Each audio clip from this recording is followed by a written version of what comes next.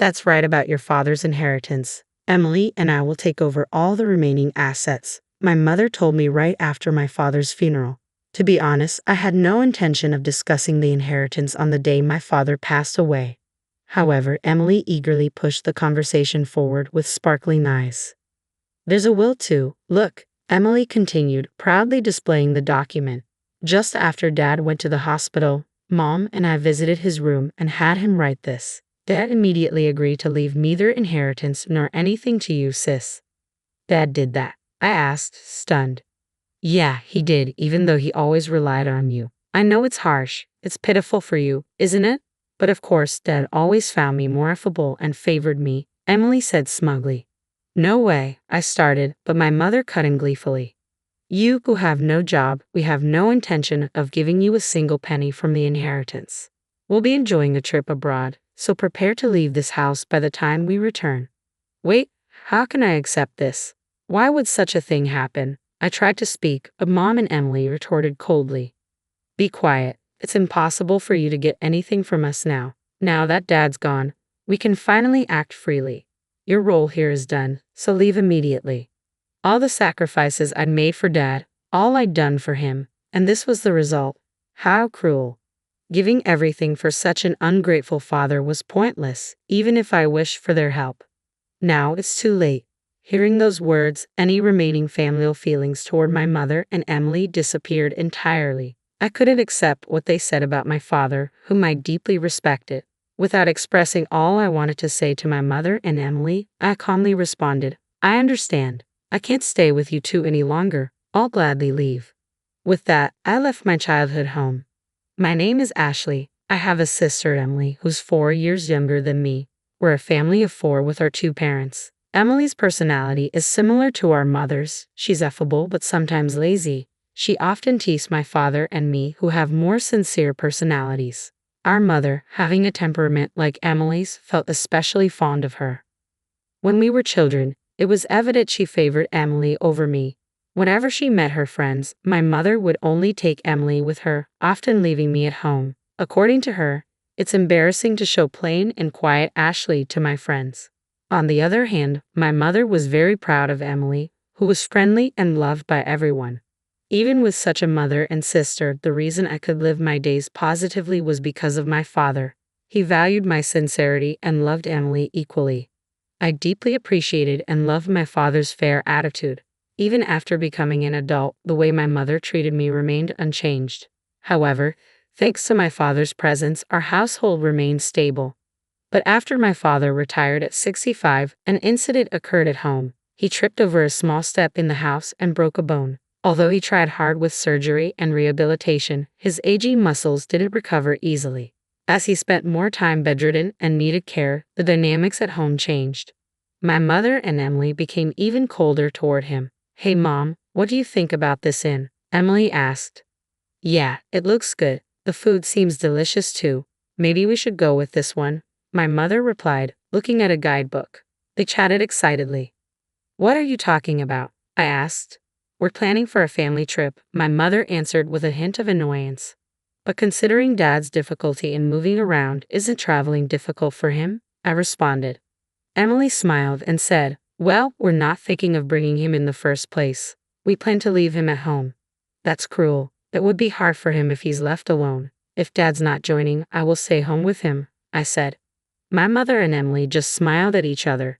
Then my mother said, that's fine too. If that's the case, Emily and I will just go by ourselves. Whether you two come or not is up to you, but since it's a family trip, we'll be using money from Dad's bank account. A quick glance at the guidebook revealed they had chosen a room meant for just 2 people. It was clear they had never intended to bring either my father or me along. After that, my mother and Emily frequently went out by themselves, staying at high-quality inns and dining at reputed restaurants. It was as if neither my father nor I existed in the house. I kept an eye on their actions from a distance, trying to finish my work as quickly as possible to take care of my father. When I couldn't handle everything alone, I sought help from care services for tasks like bathing assistance or accompanying my father on short walks around the neighborhood. On days when I had to work overtime, I asked my mother and Emily to look after my father, but they avoided the responsibility. Ashley, I came to help with the bath. But is there no one at home today? Upon receiving this notification from the care service staff, I quickly called my mother and Emily. Despite having informed them of the staff's visit in advance, they had left my father alone and gone out. When they finally returned home, I confronted them, but there was no apology. The staff are professionals, right? It's okay even if we aren't there. Dad is an adult. He'll be fine being left alone. We don't want our time taken up caring for him like you do, they said, genuinely believing they were doing nothing wrong. I realized I couldn't rely on them and decided that taking care of my father was my responsibility. I juggled work and caregiving. The daily grind was far from easy, especially since neither my mother nor Emily showed any concern or understanding. My father's condition worsened as the days went by. He spent more time seated than walking and ate much less. As the 9th year of caring for my father approached, I became increasingly concerned about how frail he looked when I took him to the hospital. I was hit with a shocking diagnosis. Your father has advanced cancer. It can't be, I thought, realizing that we might not have much time left with him. Determined to support him in his final days, I quit my job to care for him full-time. I knew I had to tell my mother and Emily. The reactions were unexpected. When I informed them about his condition, my mother commented, "Really? He never drank or smoked. It's unfortunate that such a sincere person ended up with cancer." Emily, with a stunned expression, said, "I can't believe you'd give up your job to take care of Dad. I'd never make that choice." I thought they would be concerned about him, but they showed no signs of it at all. I was honestly surprised by their indifference, as if it was someone else's business. In the end, the two of them only visited him at the hospital for a short time and never really came to pay a proper visit. I supported him daily during his chemotherapy treatments. Despite our best efforts, we couldn't stop the cancer's progression, and half a year later, he passed away. The days after the diagnosis went by in a blur. Upon hearing of his death, my mother and Emily started a private discussion and left me to arrange the funeral on my own.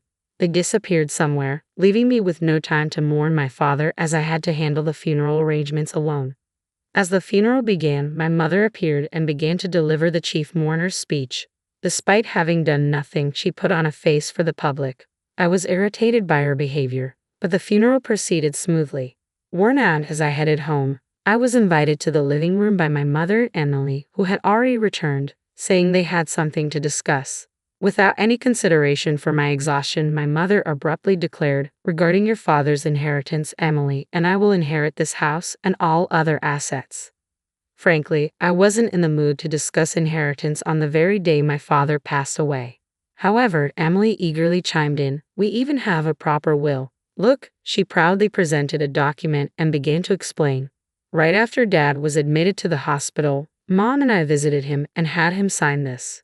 It states that you won't inherit anything." Dad agreed to it immediately. "Dad did?" I asked in disbelief. With a smirk, Emily said, "After all the help you provided, it's so cold, right? Maybe Dad in the end preferred me over his too serious elder daughter." "That's impossible," I began, but my mother interrupted with an inappropriate grin. "Clearly Emily is more adorable.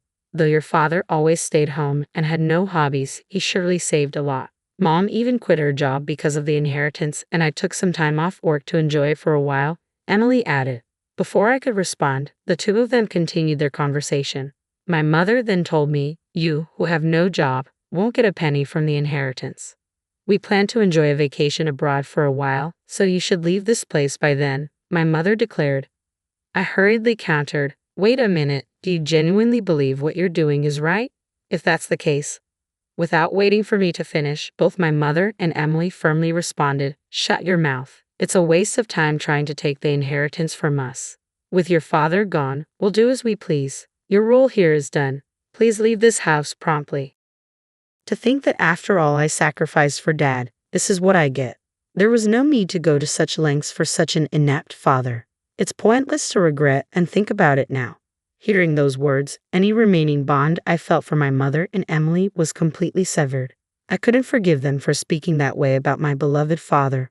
Holding back what I wanted to say, I calmly told them, "I understand your thoughts. From now on, I can't imagine living together with you two. I'll gladly leave." Despite their initial surprise at my acceptance, the two soon smiled smugly together. "Good to know. Once you leave this house, never rely on us again. Our relationship ends here. Whatever happens to you, we want no part in it. Don't even think of contacting us."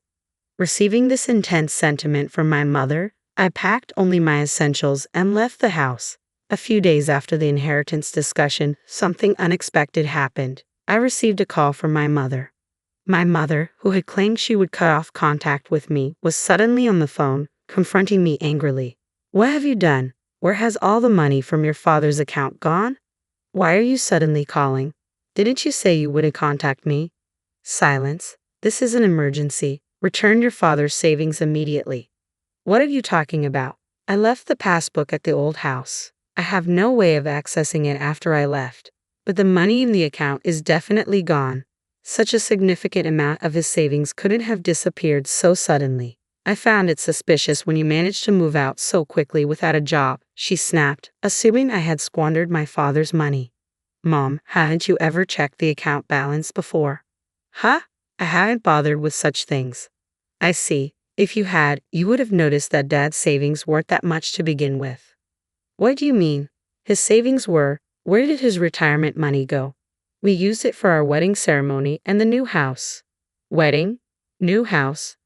I have no idea what you're talking about." I had been in a romantic relationship with a man named Sean, who was in charge of the caregiving service for my father. Our relationship started through our mutual care for my father. I had told my father about my relationship with Sean soon after we began dating. Sean proposed, but at that time, I was overwhelmed with caregiving and work responsibilities and couldn't make a decision. Upon learning the truth, my father had said, "Care for yourself more than me. I want you to have a happy marriage," my father had said, cheering me on despite my hesitations. He even started helping with the wedding venue selection and looking for a new place to live. We had reserved a wedding date for the following year and even signed a contract for a new apartment that my father liked. This all happened 6 months before we found out that he had terminal cancer. As a gesture of gratitude, my father covered most of the costs for the wedding and the new apartment. That was the reason for the decrease in the account balance. Hearing the turn of events, my mother's voice trembled. She was clearly shaken.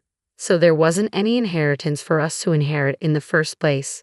Primarily just the family home, but given its location, we shouldn't expect a high selling price, I replied. Emily, having overheard the conversation, snatched the phone from my mother in panic. "Wait, so the financial assistance for your wedding is much more than the inheritance for Mom and me?" "That seems to be the case. Dad knew about my marriage and me leaving the house, so maybe he didn't see a problem in leaving the family home to both of you. He might have used a significant amount for me and intended the inheritance to compensate for that. Could it be that the reason you quit your job was because your marriage had been decided upon?" Emily asked. "That's right. Sean is also involved in investment activities and is financially stable. He wanted me to become a full-time housewife. Also, I thought if I resigned early, I could focus on taking care of our father." "I can't believe it. Why did you keep the news about your marriage and the savings a secret from us?" Taking a deep breath, I answered, "I thought about telling you several times, but every time, neither of you showed any interest and avoided the topic. Why didn't you stop me from taking a break from work or Mom from quitting her part-time job?" "How are we supposed to live now? I wanted to talk to you after the funeral. Wasn't it you and Mom who shut me down, saying you can't expect anything from us? But I thought family members should help each other out. Family. When I was swamped with work and caregiving, you were out having fun, neglecting Dad. How can I think of someone who said such mean things as family? Don't just say whatever is convenient for you." Shocked and lost for words, Emily was taken aback. Afterward, my mother pleaded with me, "Ashley, the truth is, I've already paid for the trip. I also made various purchases expecting the inheritance, so now I have no savings left." "So what about it? I've already quit my part-time job, right? If we don't get any inheritance money, we won't have any money for next month. So until I find a new job, I hope you can lend us some. When you kicked me out of the family home, didn't you say you'd never come to me again? That our relationship was over? That you wouldn't interfere with whatever happens to me in the future? About that, neither of you ever helped when Dad and I were going through tough times. Now, when you're in trouble, you want to rely on me. That's incredibly brazen. But if you don't help us now, what will we do?" Without waiting for my mother to finish, I ended the call and blocked their numbers. I was utterly disgusted by my mother and sister, who only claim to be family when they're in trouble. I decided to distance myself from these two. Later on, I heard from various people that although my mother and Emily had canceled their trip, since it was a last-minute cancellation, they couldn't get a refund. They'd been barely scraping by, asking friends and relatives for money. They had to sell their house, but as I expected, they didn't get as much as they hoped with the initial expenses for a new place. With hardly any money left after selling their house and covering moving costs, Emily returned to work. However, because she had asked her colleagues for money, her relationships at work became strained. She had planned to leave her job soon after finding a good partner. But because of the situation, that partner, as well as other men, distanced themselves. Her friends, too, kept their distance. My mother tried to find another part-time job, but her previous workplace had already hired someone else. Due to her age, her job opportunities were limited. She's been working diligently, facing complaints from younger colleagues. Currently, they manage their living expenses with my mother's meager part-time salary and Emily's earnings, slowly repaying their debts. Both of them seem worn out. As for me, I was able to have a small wedding at the venue my father chose. The only regret is that my father couldn't be there for my wedding, but I believe he's watching over our happy moments from somewhere. My married life with Sean has been smoother than expected. We're enjoying peaceful and fulfilling days together. I'm eternally grateful to my father for supporting my relationship with Sean and giving me this opportunity to build a peaceful life with my husband, always remembering my gratitude to my father.